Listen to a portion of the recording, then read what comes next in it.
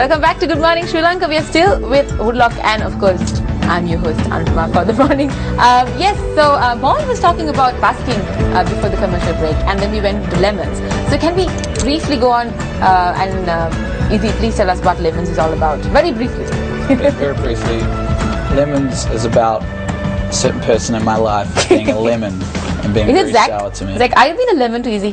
Sometimes, yeah. Right. But this is definitely not about Zach, is it? Okay, It's talking about a specific woman. Right. And but anyone can take that. It's just about people being lemons in your life. But it's written in a kind of happy way to kind of get over it and stuff like that. Yeah, it's quite interesting lyrics. Okay, so talking about that, let's move into the basking scene. All right. So why do you prefer street performing than performing in traditional venues? Probably because it's a lot more loose. We're very Free? Yeah, free kind of. We're not very strict on what we do and stuff like that. But it's a lot more personal as well. Like when we play music to other people, we play it to them in the street. We kind of got our heart in our sleeves. And if they enjoy our music, they can stay, and if they don't, they can leave. So there's a real risk to busking, but if you really believe in yourself, you can really take you far. Have you been doing it here? Have we been doing it here? No, we've been in holiday mode. Right, okay. Yeah, we're on holiday from our holiday. Yeah. Nice.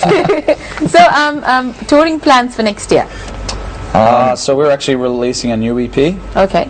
Next year, so we'll be releasing that out in Australia, and we do it on iTunes. That can be downloaded all over the world and all that kind of stuff. But we'll be touring with it, but we'll have to hold that one for a little while. Okay. We won't be touring till hopefully sometime through the middle of this year. But there's chances it could be in America, it could be in Australia. There's been talk of New touring Zealand. America, a little Maybe bit of we'll come to Sri Lanka as well. Actually, maybe, yeah. who knows? Nice. Now you should really do the street performing thing here and see how it goes. Yeah, Cool. that'll be interesting.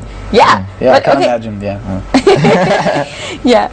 But Paul, why don't you tell us about the cover? It's pretty interesting, and our production team wants to know what this cover is all about. And who did it actually? Was it a friend of yours? Yeah, so Ryan Trender, a friend of ours Okay. from our old church in Yarrawonga. He's just a talented young kid, and we got a hold of him to just do a sketch up and of some some art that he thinks is suits our music, and he brought us a prototype, and we loved it. We just went with it. We were kind of going for like a Snoopy, if you know Snoopy. Yes, of course. Yeah, I saw the whole effect of Snoopy there. We gave him these ideas, and then he kind of read up all these different kind of ideas and what we had, and we liked this one of the whole us facing this tree that's just got a couple lemons in it. Very talented kid. He was 16 when he did it, and he was able to project exactly what we wanted for the cover. So it's really cool. And will he be helping you for the next as well? No, we'll go through a different artist. Right. Different artist, different Nice. producer. Different vibes. Yeah. Okay. We went for a different producer than that EP as well. Nice. So talking about inspiration, who influences you the most as artists? Well, we have three different ones. So We all have different influences. All right. So one's Bon Iver, which is his name's Justin Vernon, but he's a great dude. So he's very influenced on me in the way of falsetto and all that kind of stuff and hooks. Yeah, mine's James Taylor or John Mayer, and I just love the way they write and stuff like that. Their lyrical content is great. And Bowen? Mine's like Beatles and Hendrix. Old school, he's the old school.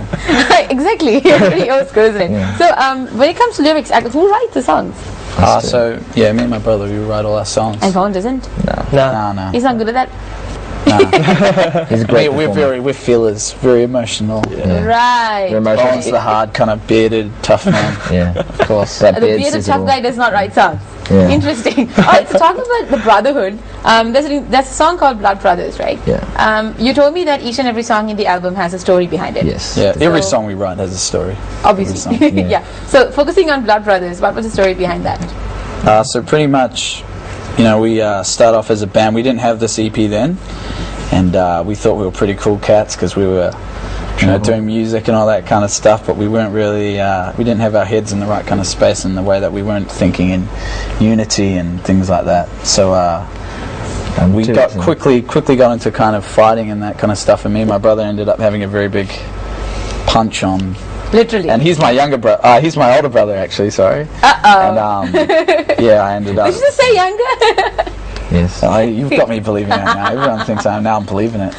But, Don't believe what I say. I ended up smacking him a couple and things like that. And we didn't think we were going to be a band for very long. And it was not in a good headspace, and we decided to kind of pull through and put our God first and all that kind of stuff.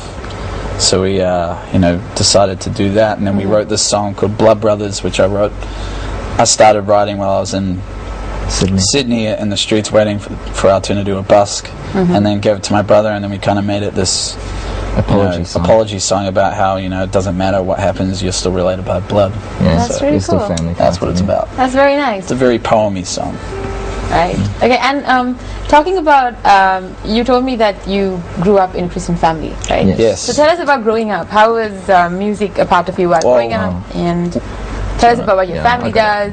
Well, we were homeschooled growing up, so my parents we were very strict Christians. We weren't allowed to listen to anything that wasn't Christian music, and so our musical influences as we were growing up were very different to people outside. And so I think that's why we write the way we write as well, just simply because our influences are just very different. I mean, if you listen to Bowen's influences, Blink 182 and all that stuff. It's just very different. We have the Christian equivalent. Yeah. Right. Well, how was it for you? How did you meet these two blood brothers? We're pumped. Well, I've lived in Yarrawonga my whole life. It's a small country town, about 3 hours out of Melbourne, and just sort of lived there, went to church, and these boys, their dad come to pastor our church, so I just sort of met them, and it felt like within 2 weeks of knowing them, it felt like it was like 2 years. So, so we just connected really, really quick, and That's very cool. Yeah, that's very cool. Okay, so you're going home for Christmas? Yes. Tell us about Christmas. What are you planning for Christmas and the holiday season? Working. So we do a lot of busking, right? And obviously, as the holidays build up, the city gets very packed. Yeah. So that's prime time for us to go in there and make some cash, provide entertainment. Zach, to provide entertainment for the public.